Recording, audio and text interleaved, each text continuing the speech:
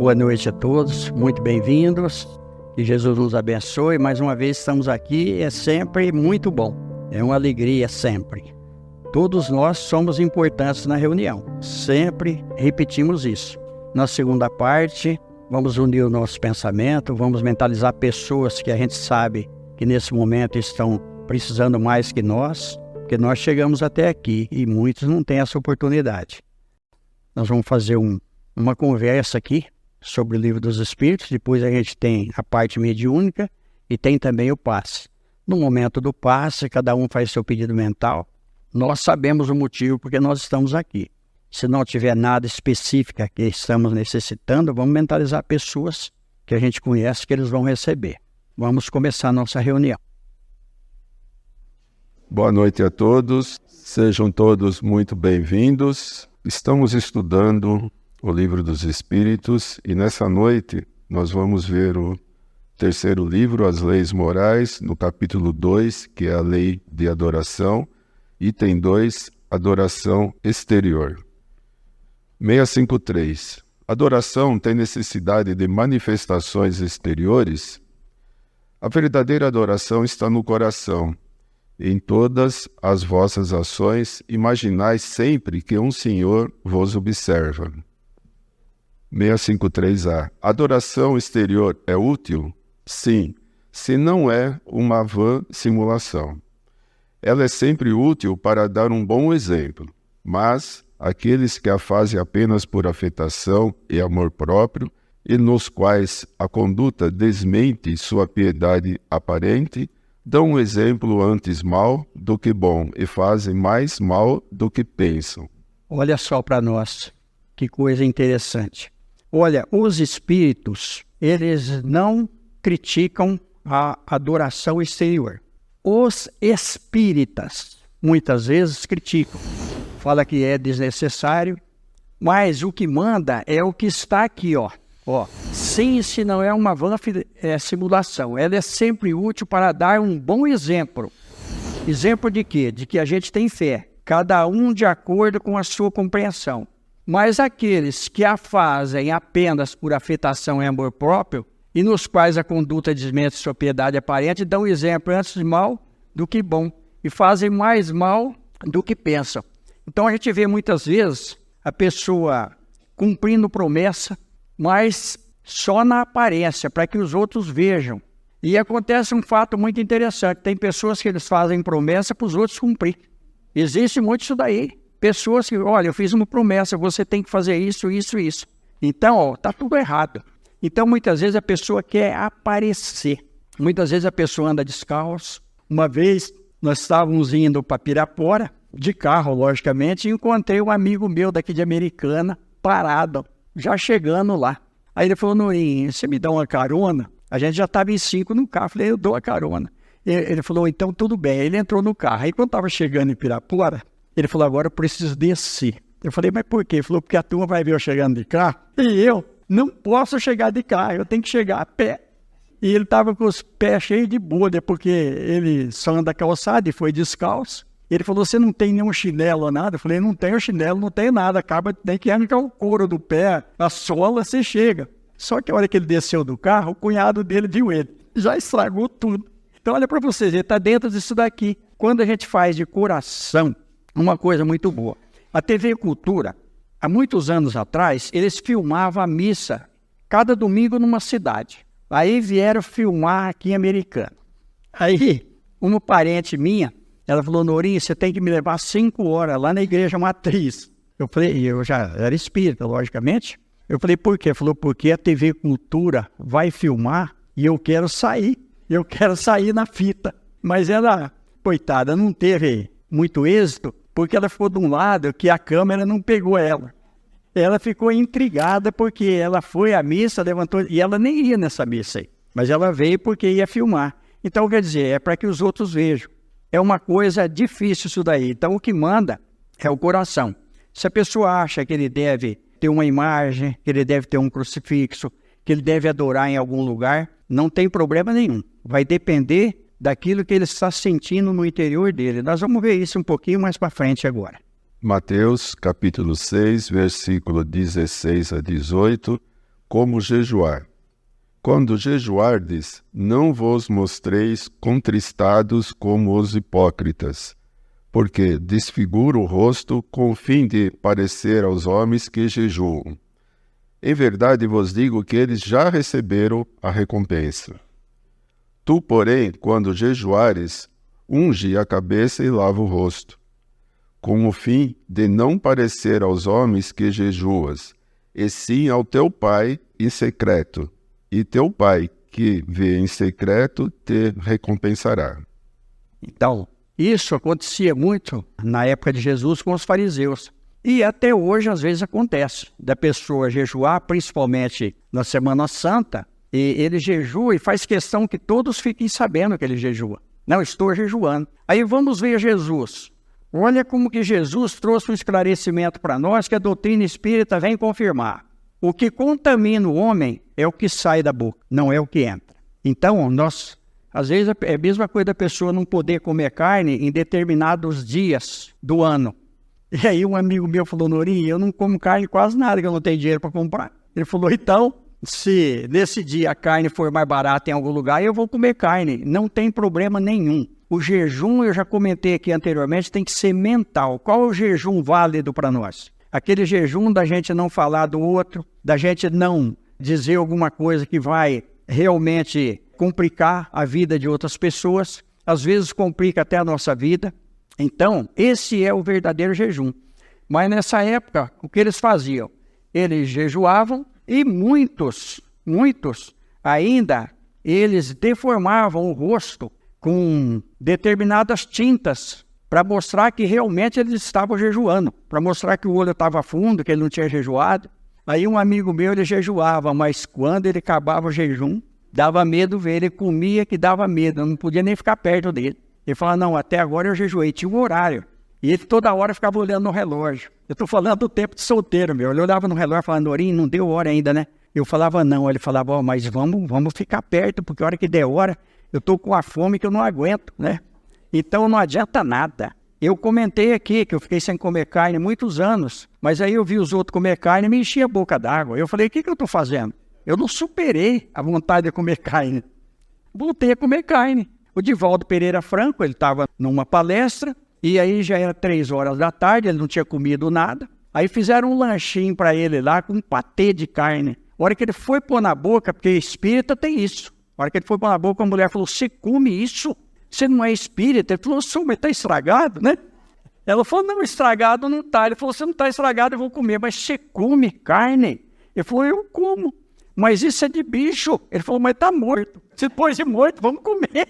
Tem gente que fala, eu não mato. Tá certo, eu também não mato. Mas nós comemos, alguém tem que matar, o que nós vamos fazer? Aí nós vamos ver o livro O Consolador, do Chico Xavier, Emmanuel, aonde ele vai perguntar da alimentação da carne. O que o Emmanuel vai falar? Que nós ainda necessitamos. O Chico Xavier, no Pinga Fogo, ele vai falar a respeito da alimentação da carne. Nós ainda precisamos, a organização física nossa é muito atrasada ainda. A Terra é um planeta de expiação e de prova. Nós necessitamos de tudo que tem aqui. Os animais estão aqui a serviço do homem. Então, nós precisamos ainda da carne, da vitamina da carne. Aí surge muitas alimentações que suprem a carne. Mas se suprir a carne e a pessoa não tiver vontade de comer carne, bom para ele. Mas se ele ver o outro comendo carne e ele ficar com vontade, então é da boca para fora. Então não adianta. 654. Deus dá preferência àqueles que o adoram de tal ou tal maneira? Deus prefere aqueles que o adoram do fundo do coração, com sinceridade, fazendo o bem e evitando o mal. Aqueles que creem honrá-lo por meio de cerimônias que não os tornam melhores para seus semelhantes. Todos os homens são irmãos e filhos de Deus. Ele chama para si todos aqueles que seguem suas leis, qualquer que seja a forma sob a qual se exprimem. Aquele que não tem senão a piedade exterior é um hipócrita. Aquele em que a adoração não é senão uma afetação, em contradição com sua conduta, dá um mau exemplo. Olha, nós estamos vendo aqui que os próprios espíritos dizem, Aqueles que adoram do fundo do coração, com sinceridade, fazendo bem e evitando o mal. Aqueles que querem honrá-lo por meio de cerimônias, que não os tornam melhores para os seus semelhantes, não adianta nada. Então não adianta eu andar de joelho, não adianta eu ficar sem comer, não adianta eu fazer nada exterior se o meu interior não está de acordo com aquilo que eu estou aparentando. A aparência é uma coisa, o interior é outra coisa. Como que nós vamos conhecer a pessoa? Nós vamos conhecer a pessoa pelos atos dela, aquilo que Jesus sempre fala e que eu sempre repito. Conhece-se a árvore pelos frutos, não adianta nada. E tem uma coisa muito interessante ainda, que às vezes a pessoa quer obrigar o outro a fazer. Isso acontece muitas vezes entre o casal, entre a família. Então, o Espiritismo é a melhor doutrina? Não é a melhor doutrina. Doutrina é rótulo. O que manda é o que está no coração. Não é porque eu sou espírita que eu tenho que obrigar todos da minha família a ser espírita. Eu tenho sim que dar o exemplo para eles. Porque se eu estou aprendendo alguma coisa e eu não dou exemplo, eu não justifico aquilo que eu estou aprendendo, o que eu estou fazendo dentro do Espiritismo? Então, aquilo que Jesus fala, são túmulos caiados. Por fora está muito bonito, mas por dentro é só podridão. Então não adianta. O reino de Deus não vem com aparências exteriores. Quem falou isso? Jesus Cristo. Tudo que Jesus trouxe para nós é a realidade da nossa vida. Se a gente seguir Jesus, nós não precisamos mais nada. Porque que Jesus disse? Amai a Deus sobre todas as coisas e o próximo como a ti mesmo. E aí sempre eu lembro do guia do Chico Xavier. O dia que eu falar alguma coisa para você que está contra os ensinamentos de Jesus, você me deixa e fique com Jesus. Aquele que faz profissão de adorar o Cristo e que é orgulhoso, invejoso e ciumento, que é duro e implacável com os outros ou ambicioso dos bens desse mundo, eu vos digo que a religião está sobre os lábios e não no coração. Deus, que tudo vê, dirá: este que conheceu a verdade é 100 vezes mais culpável do mal que fez do que o ignorante selvagem do deserto, e, assim, será tratado no dia da justiça. Se um cego, ao passar, derruba-vos, vós o excusais. Se é um homem que vê claramente, vós vos queixais, e tendes razão. Não pergunteis, pois, se há uma forma de adoração mais conveniente, porque isso seria perguntar se é mais agradável a Deus ser adorado em um idioma que em outro. Eu vos digo, ainda uma vez, os cânticos não chegam a ele, senão pela porta do coração. Então, olha, aqui acaba de completar tudo isso que nós estamos aprendendo aqui, que é muito interessante. E aí Jesus de novo, Novo Testamento. Por que me honra com os lábios se seu coração está longe? Palavras não significam nada. Nós podemos falar muita coisa pensando outra. Por que nós tomamos muito prejuízo na terra, inclusive material? Porque muitas vezes nós somos enganados, porque a pessoa está pensando em nos ludibriar, mas ele fala uma outra coisa. Como nós não conseguimos detectar o pensamento dele, nós caímos na lábia, como muita gente fala, e no fim nós tomamos prejuízo. Quantas mentiras nós tomamos por verdade? Aí nós vamos ver na leitura passada, que nós vimos aqui, aliás, acho que foi no livro dos médiuns, onde fala que Deus não pode usar a boca de um mentiroso para falar a verdade. Olha para vocês verem.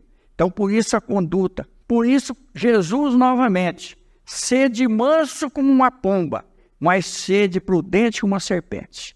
Nós devemos ser mansos, nós devemos ser humildes, mas nós devemos ser prudentes. Nós precisamos analisar tudo aquilo que nós estamos ouvindo para ver se aquilo condiz com a realidade dos fatos que nós estamos recolhendo. Então é muito interessante para nós isso daí. Não perguntei, pois, se há uma forma de adoração mais conveniente, porque isso seria perguntar se é mais agradável a Deus ser adorado em um idioma que em outro. E eu vos digo ainda uma vez, os cânticos não chegam a ele senão pela porta do coração. Nós vamos pegar isso daqui, esse livro ele foi escrito em 1857.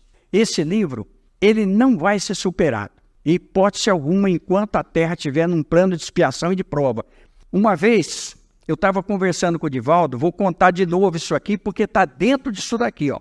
Eu estava conversando com o Divaldo antes de uma reunião, chegou uma senhora, um livro muito bem encadernado, lindo livro, e falou: Divaldo, que bom que você veio aqui, porque eu recebo um espírito e ele faz psicografia.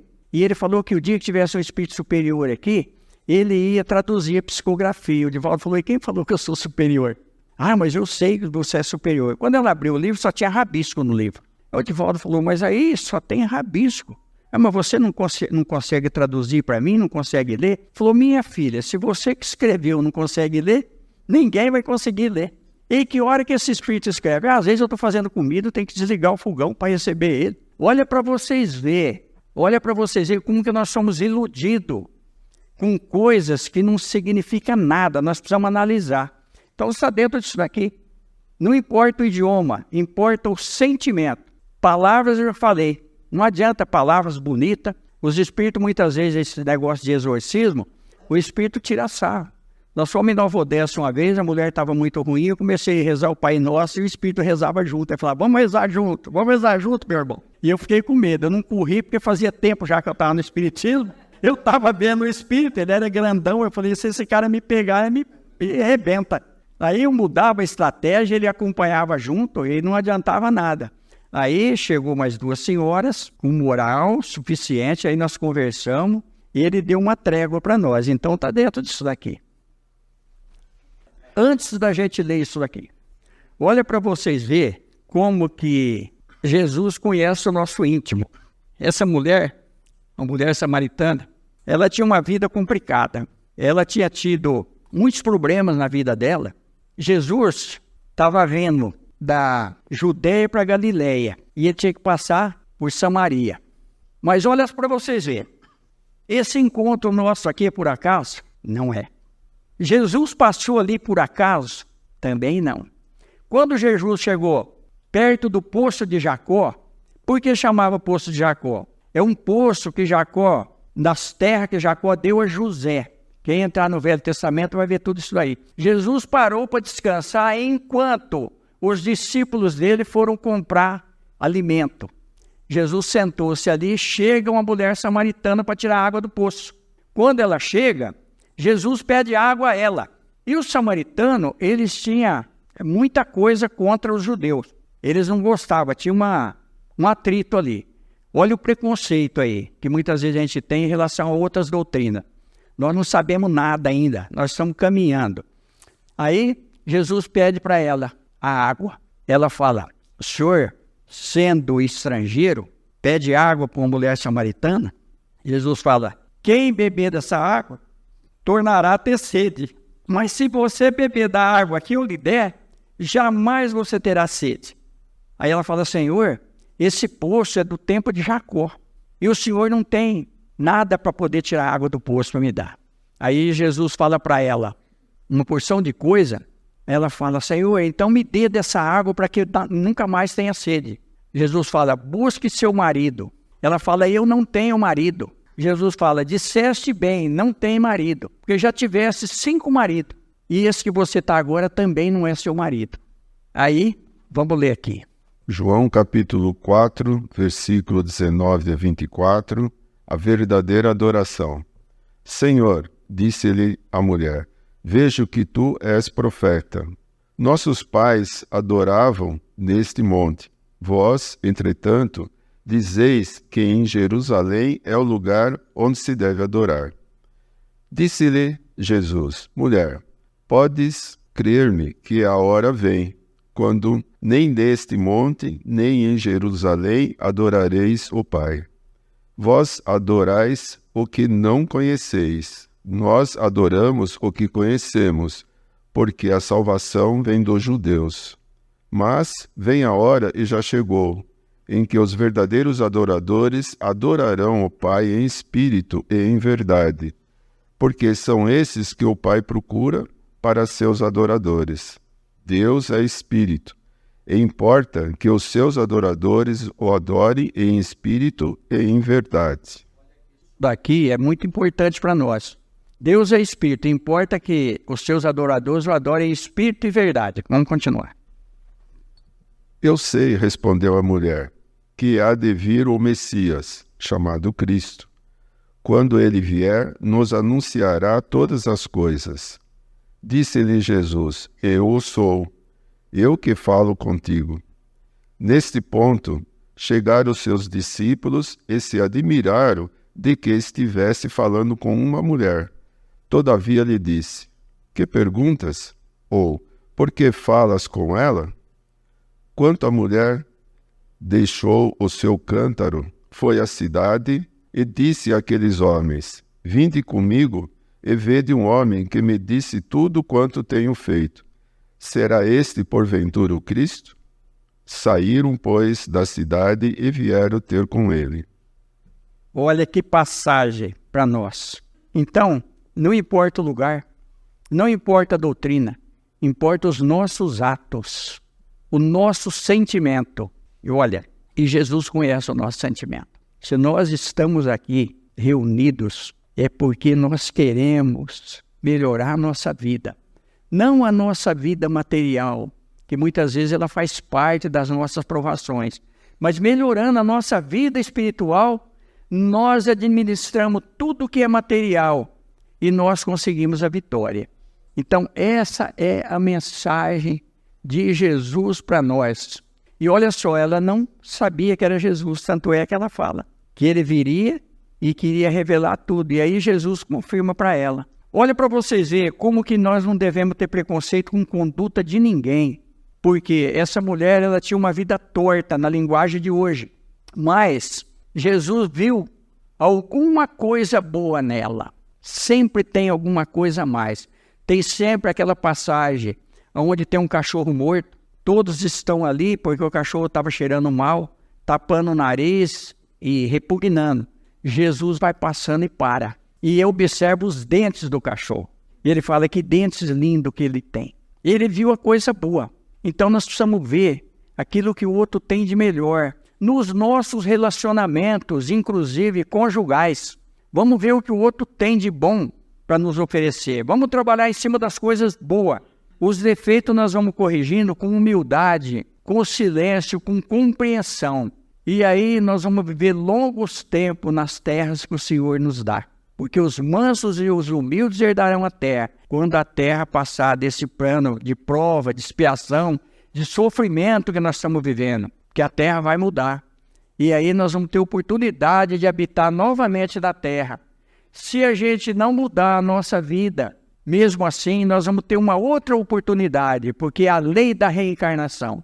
Se a gente tirar a reencarnação, nós não vamos ter nada que justifique a nossa existência aqui, porque foge tudo. A nossa reencarnação justifica a nossa presença, inclusive aqui. Que Deus nos abençoe, que Jesus nos ampare. Agora é o momento da gente fazer aquele pedido para nós e para todos aqueles que nós conhecemos, e pedir também por aqueles que se consideram nossos inimigos, para a gente quebrar toda interferência negativa que muitas vezes vem na nossa vida e a gente assimila. Agora é o momento que Jesus nos ampare. Vamos para a segunda parte. Não tem como a gente não se emocionar. Sempre eu comento, nós saindo daqui, nós temos a nossa casa, comida, cama, e muitos não têm. Então, como nós somos privilegiados se a gente for ver isso daí? E aí uma senhora perguntou para mim hoje aqui se é pecado fazer promessa. O Espiritismo não prega o pecado. Deus nos educa através de nós mesmos. Ninguém paga aquilo que não deve. Isso Jesus fala lá, cada um segundo suas obras. Então, se a pessoa acha que ele pode fazer uma promessa, não tem problema nenhum. Está dentro de tudo isso daqui, vai depender tudo da intenção. Nós não podemos fazer uma promessa para o outro cumprir, que nem eu contei aqui, ou uma promessa que nós não conseguimos também cumprir. Pai e uma mãe era espírita.